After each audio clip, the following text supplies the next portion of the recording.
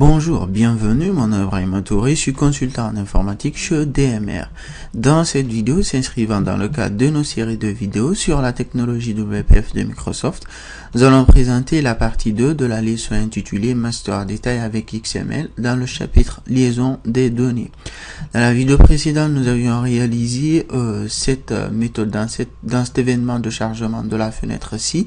Nous avons placé un ensemble de lignes de code correspondant à la récupération d'un fichier, à la lecture de ce dernier en mode lecture, et puis au parsing ou à la récupération d'un ensemble de données à travers link to XML, de l'ensemble des données se trouvant dans ce fichier XML. Et puis par la suite, nous avons récupéré une liste de ces différents éléments, liste représentant pour chaque item une instance de la classe arbre. Et puis par la suite, nous avons défini une nouvelle instance de cette même classe et instance à travers lequel nous avons récupéré la propriété liste arbre fruit auquel nous avons affecté la liste récupérée dans le fichier XML. Et puis en dernier lieu, pour l'élément le plus important ici en termes de ligne de code, étant alors d'affecter cette instance de la classe arbre ici comme data context de notre fenêtre ici qui est master détail. Alors ici à ce niveau, donc lorsque nous lançons déjà ceci, nous allons commencer par enlever ce point d'arrêt ici, puis nous faisons F5. Et donc, comme on l'a dit dans la première vidéo, ici, donc l'objectif étant de récupérer l'ensemble de ces différentes données à travers le contexte de données de notre fenêtre, et puis de populer cette liste-là, et puis par la suite, pour chaque élément, de sélectionner dans la liste qui va s'afficher ici, alors en ce moment, présenter les différents détails de ce dernier, et dans la partie détails que nous pouvons voir ici, mais aussi dans la partie en tête qui se trouve ici. Donc pour ce faire, vu que nous avons récupéré le contexte des données ici, que nous pouvons encore revoir en mettant un point d'arrêt à ce niveau, et donc lorsque nous faisons un F5, dans la partie contexte des données, nous avons un ensemble d'informations ou de données ici, et donc nous avons une liste ici, et dans notre liste ici à ce niveau, nous avons un ensemble d'éléments se trouvant à l'intérieur de ce dernier. La même chose se trouve au niveau de notre liste classe arbre ici, que nous pouvons voir à ce niveau. Donc à l'intérieur de ce dernier, nous avons un ensemble de 10 données que alors nous affectons à travers notre élément contexte ici, cette variable ici, au contexte de données de notre fenêtre. Donc, ce qui veut dire qu'en ce moment, nous pouvons binder l'ensemble ou lier l'ensemble des propriétés de la classe arbre à notre fenêtre. C'est-à-dire, quand nous faisons F12 ici, nous avons un ensemble de propriétés au sein de cette classe qui sont les propriétés description, les propriétés image fruit, les propriétés nom de l'arbre que nous pouvons voir ici. Donc pour l'ensemble de ces propriétés, nous allons lier cela à notre fenêtre. Alors à ce niveau, nous arrêtons ceci. Et donc nous revenons dans notre fenêtre master détail ici et allons commencer par notre liste view, à dire que notre liste view se trouve là. Nous avons notre partie détail qui se trouve ici, nous avons notre partie en tête et nous avons notre partie liste view. Donc pour notre partie liste view, nous allons commencer par renseigner la valeur des sources d'items. Donc nous allons mettre ici item source. Et pour ce dernier, nous allons faire un binding. Et en termes de binding, nous allons récupérer la valeur de la propriété liste arbre fruit. C'est-à-dire, nous pouvons venir dans la classe arbre ici. À chaque fois, nous serons partagés entre ces différentes parties, c'est-à-dire en l'occurrence notre classe arbre ici et notre fichier de code ici, c'est-à-dire notre master détail fichier XAML ici, pour récupérer à chaque fois l'ensemble des propriétés. Donc dans la partie item source, comme binding, c'est-à-dire comme chemin, nous mettons comme path ici la valeur de la propriété liste arbre fruit qui se trouve dans notre contexte. Donc sachant que nous avons alors cette liste là pour chacune des propriétés des différents textes que nous avons ici, c'est-à-dire le text box correspondant au nom de l'arbre, nous faisons ici alors texte et nous allons faire un binding, et en termes de binding nous allons venir dans la classe arbre pour récupérer le nom de l'arbre. Et en termes de nom d'arbre, nous savons que nous avons la propriété nom arbre ici. Donc sans avoir à copier le tout, nous copions simplement nom arbre. Revenons dans notre fenêtre ici et nous mettons comme path nom arbre. Nous n'avons pas spécifié le terme path ici, mais de façon implicite, c'est comme si cela était fait. Alors dans la partie header pour l'âge ici, nous faisons la même chose pour le text block que nous avons là. Nous faisons texte à ce niveau. Et nous faisons alors en ce moment un binding, et en termes de binding, nous disons âge.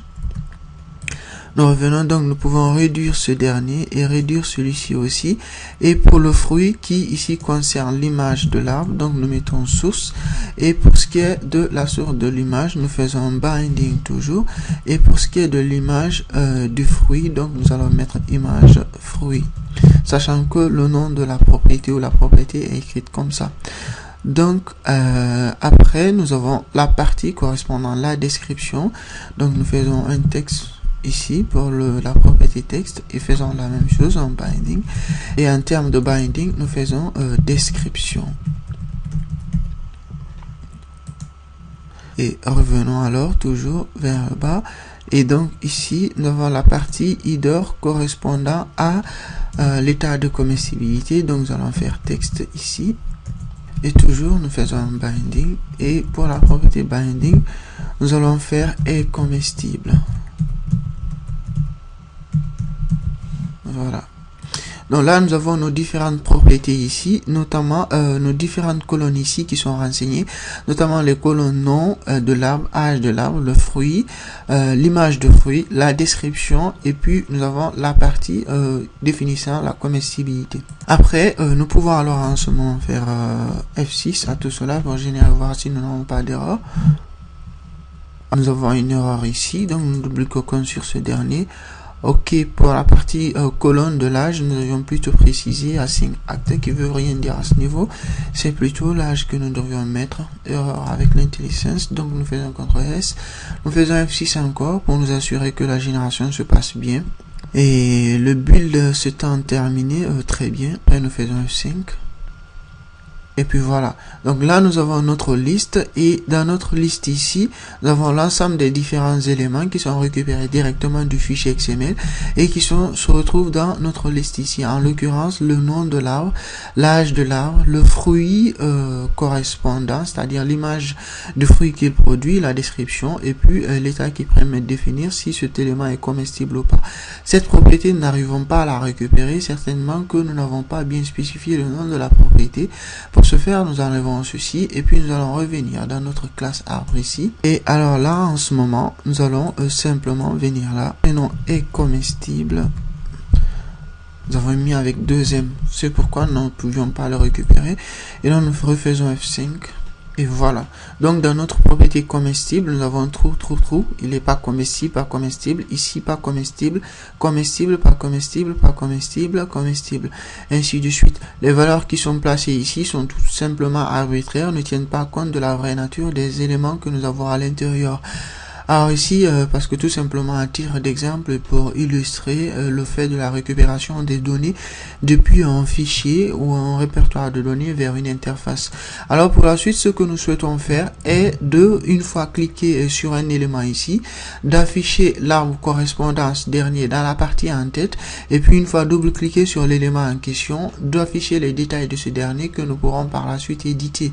Donc pour ce faire, nous enlevons ceci. Et il y a un élément très important parce que nous savons que notre liste view charge ici une liste de des éléments ou des instances de la classe arbre. Donc chaque item de cette liste correspondant à cela en termes d'item source, nous allons faire une liaison par éléments, ce qu'on a vu dans les chapitres antérieurs. Donc nous venons dans notre partie ici en tête, et pour notre partie en tête, à travers notre border ici, nous allons spécifier à ce niveau le data context de ce dernier. Donc en termes de data context, venons ici, nous allons faire un binding, et le binding que nous allons faire ici à ce niveau va être un binding sur la base de l'élément name. Pour cela, il faudra que nous ayons l'élément vers lequel nous voulons faire le binding, c'est-à-dire que en ce moment, ça va être notre list view. Il faudra que notre list view ait un nom, et son nom ici, c'est list view que nous copions ici à ce niveau. Et puis par la suite, nous remontons un peu plus en haut à là où nous étions. Et pour le data context ici, de notre partie en tête, nous disons que nous voulons lier à cet élément list view. Et en termes de propriété, c'est-à-dire de path, donc nous vous disons que ça va être l'élément couramment sélectionné. Donc en ce moment, nous faisons selected item.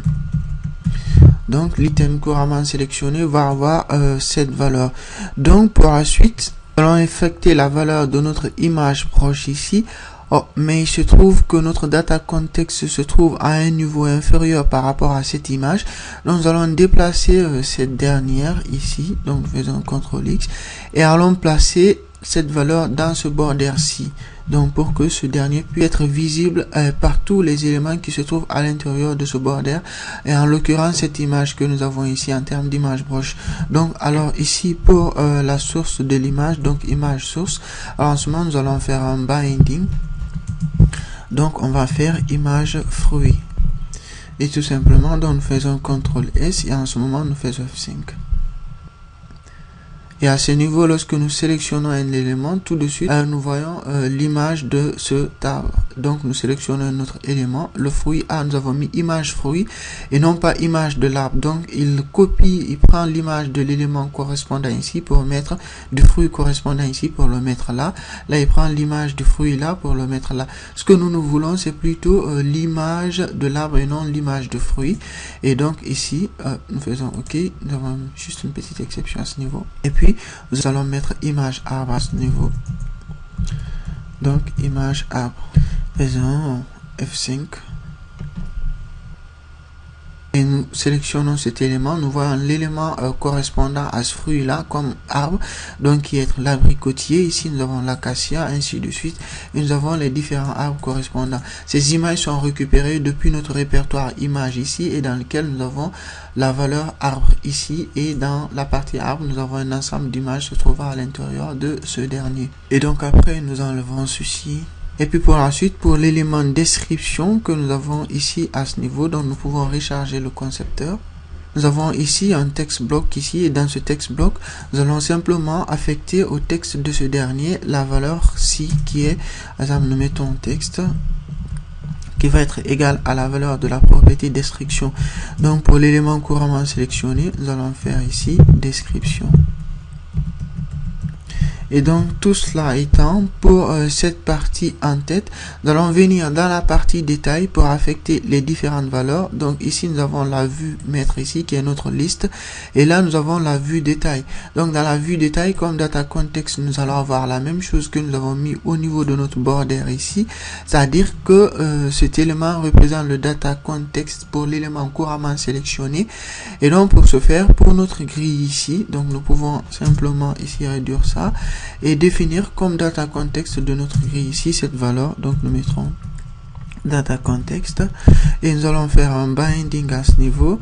Et en termes de binding, nous dirons que nous voulons lier un élément et pour l'élément courant c'est notre list view. Et puis pour ce qui est du path de ce dernier, ça va être le selected item, donc c'est-à-dire l'item couramment sélectionné. Donc finalement après nous avons un ensemble d'éléments ici, par exemple qui est le text block qui ici à ce niveau et text block qui représente le texte pour le nom de l'arbre. Donc nous allons faire un texte ici et nous allons faire un binding, toujours la même chose, et pour ici nous allons mettre nom arbre qui est une propriété se trouvant dans la classe arbre. Et puis nous avons ici pour l'âge, nous faisons texte et nous faisons un binding. Et pour ce qui est du binding, nous faisons appel à la propriété âge de la classe arbre. Et puis nous avons ici la propriété texte pour le fruit. Donc nous faisons texte. Donc qui va représenter ici le nom du fruit. Nous faisons ici texte et qui va représenter pour lequel nous allons faire un binding, élément pour lequel nous allons mettre le nom du fruit.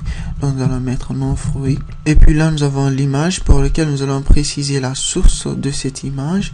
Donc l'image couramment sélectionnée. Donc pour ce qui est de la source, nous faisons un binding ici et pour lequel nous allons mettre image fruit.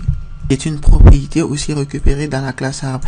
Et ici nous avons un contrôle un peu spécial, pas aussi spécial que ça, parce que c'est le contrôle que nous avons vu dans la partie de custom control. Lorsque nous réalisons un custom control, on se rappelle que nous avions réalisé ce contrôle-ci et qui était un contrôle de chargement de fichiers. Donc à ce niveau, qui a une propriété texte que nous pouvons aussi binder ici à ce niveau pour afficher le chemin de notre image couramment sélectionnée, c'est-à-dire de notre item couramment sélectionné en termes d'image. Donc après ici, donc en termes de texte, nous faisons binding à ce niveau. Et pour ce qui est du binding en termes de path, de chemin, nous allons faire ici image fruit.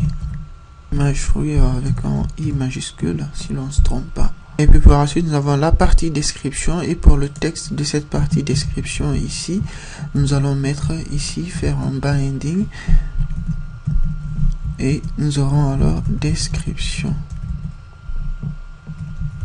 Nous avons le checkbox ici représentant ou permettant de dire si l'élément est comestible ou pas. Donc pour la propriété iCheck de ce dernier, nous faisons aussi un binding. En termes de binding, nous dirons est comestible. Toutes étant des propriétés récupérées depuis la classe arbre, et puis finalement nous faisons 5. Et puis dans notre interface ici, nous sélectionnons un premier élément. Nous voyons la valeur de ce dernier qui s'affiche ici, ainsi que la description correspondante. Et puis à chaque fois que nous passons différents éléments, nous avons les arbres correspondant à ce dernier, de même que la description correspondant à cela. Nous double-cliquons sur un élément donné ici, et dans la partie détail, nous avons tous les éléments correspondant au détail de ce dernier. En l'occurrence, le nom de l'arbre, l'âge de ce dernier, le fruit, le nom du fruit, l'image correspondant au fruit en question, et puis le chemin de ce dernier, et puis s'il est comestible ou pas, il n'est pas coché, donc ce qui veut dire qu'il n'est pas comestible. Et puis nous avons la description correspondant à ce dernier. Nous pouvons cliquer ce bouton ici pour revenir à la partie liste, et nous voyons à peu près les mêmes éléments. Donc voilà en ce qui concerne quant à la façon de récupérer des données depuis un fichier XML, et puis de les utiliser en termes de mettre détail dans une fenêtre. Merci d'avoir suivi cette vidéo. Je vous donne assez rapidement rendez-vous dans d'autres vidéos toujours portant sur la technologie WPF de Microsoft. Merci encore une fois de plus. Au revoir et à bientôt.